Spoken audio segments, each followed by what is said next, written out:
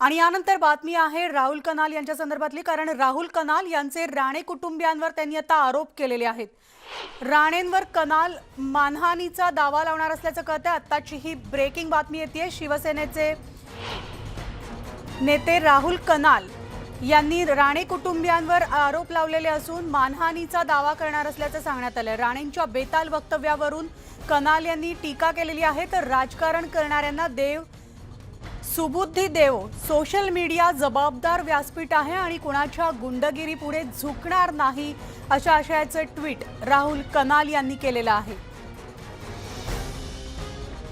त्यामुळे पुन्हा एकदा राणे विरुद्ध शिवसेना हे ट्विटर युद्ध ज्याला म्हटलं जातं ते पुन्हा एकदा सुरू झालेलं आहे। राहुल कनाल यांनी राणे कुटुंबियांना त्यांच्यावर निशाणा साधलेला असून मानहानीचा दावा करणार असल्याचं म्हटलेलं आहे।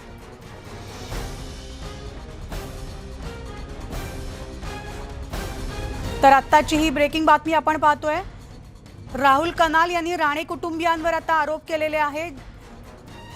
जी बेताल वक्तव्य राणे कुटुंबियांकडून केली जातात त्यावर आता राहुल कनाल हे मानहानीचा दावा करणार असल्याचं सांगण्यात येते।